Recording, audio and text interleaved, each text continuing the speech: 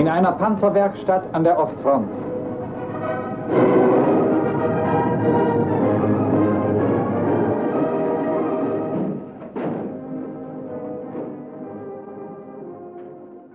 This 1944 color footage shows a German field repair station. Specifically associated with our video for today is the prime mover, which was used to move heavy vehicles and weaponry. At the end of this video, I'll show more from this clip, so stick around.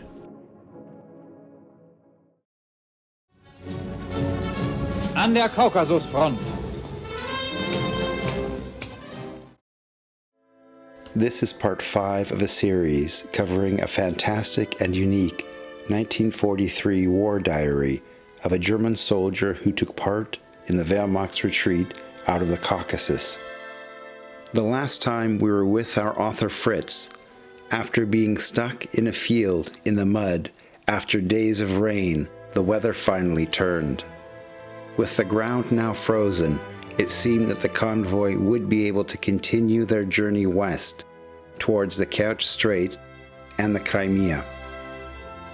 In this video, using his diary as a framework, I'll add related private film footage, an original map of the region, and at the end, more from that color footage to continue with this story.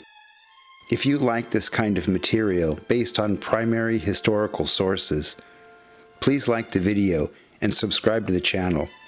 You won't be disappointed, I promise. He continues with this entry from the first week of March of 1943. Schon kommt der Befehl. Alles klar zur Abfahrt. The order comes in. Everything ready for departure. What we believed yesterday to be impossible has happened. The ground can be traversed. This nice footage from 1944 shows the process of fueling in the field. The soldier first uses a hand pump to fill his fuel canisters and then uses them to fill the tank of his vehicle.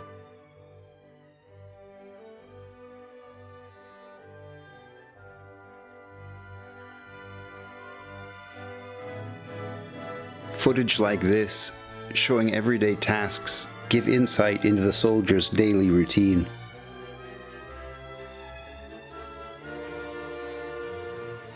We drive slowly forwards across the fields, being careful so that the truck doesn't get stuck.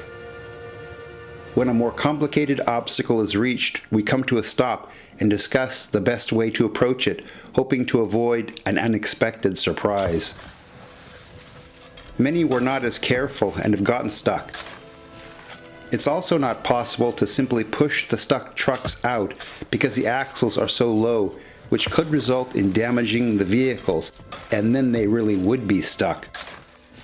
They have to wait until a prime mover can come and carefully lift them out.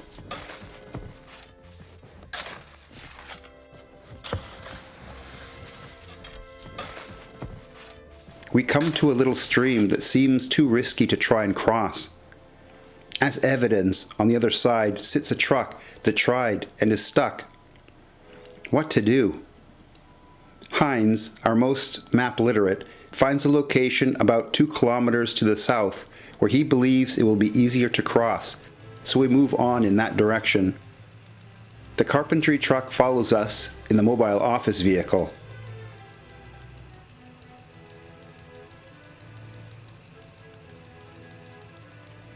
We arrive and the stream is little more than a trickle, so make it across without much trouble.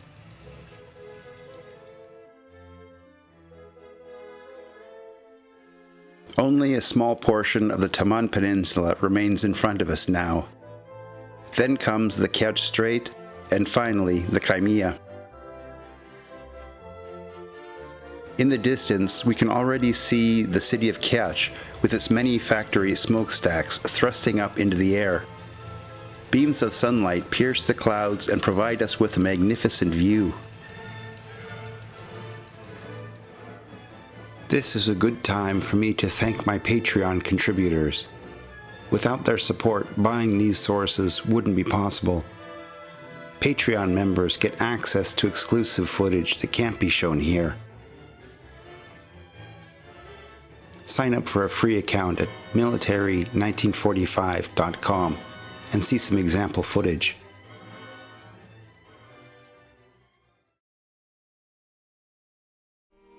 But let's get back to Fritz's entries.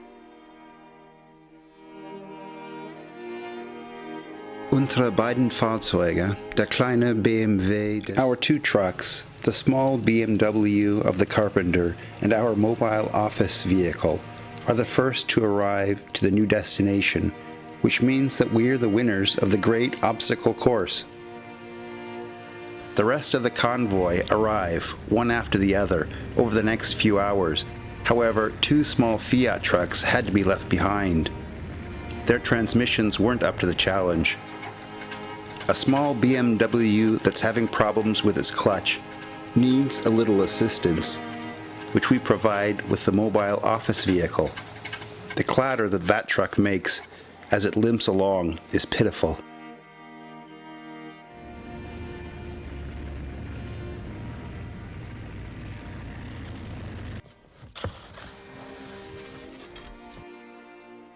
We stay for 2 days just outside of Taman and wait for our turn to proceed.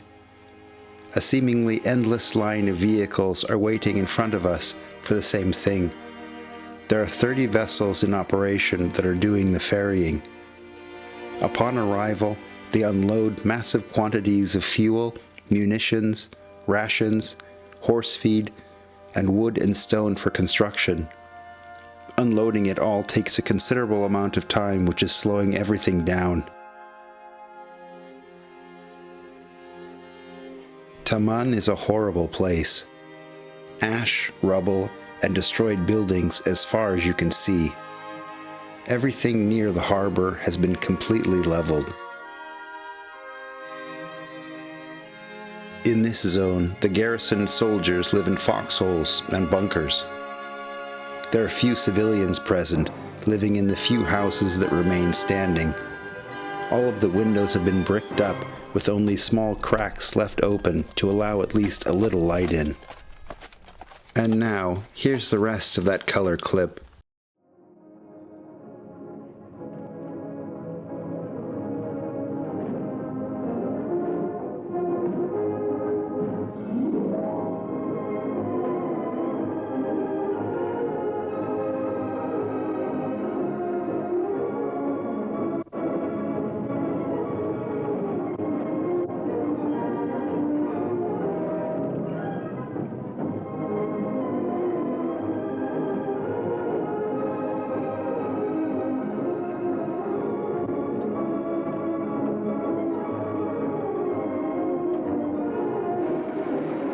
Funkenregen eines Schweißapparates.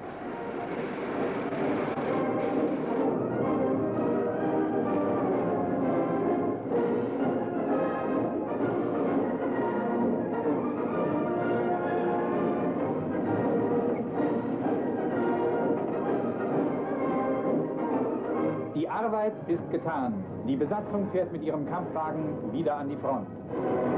Please remember to subscribe. Thanks for watching.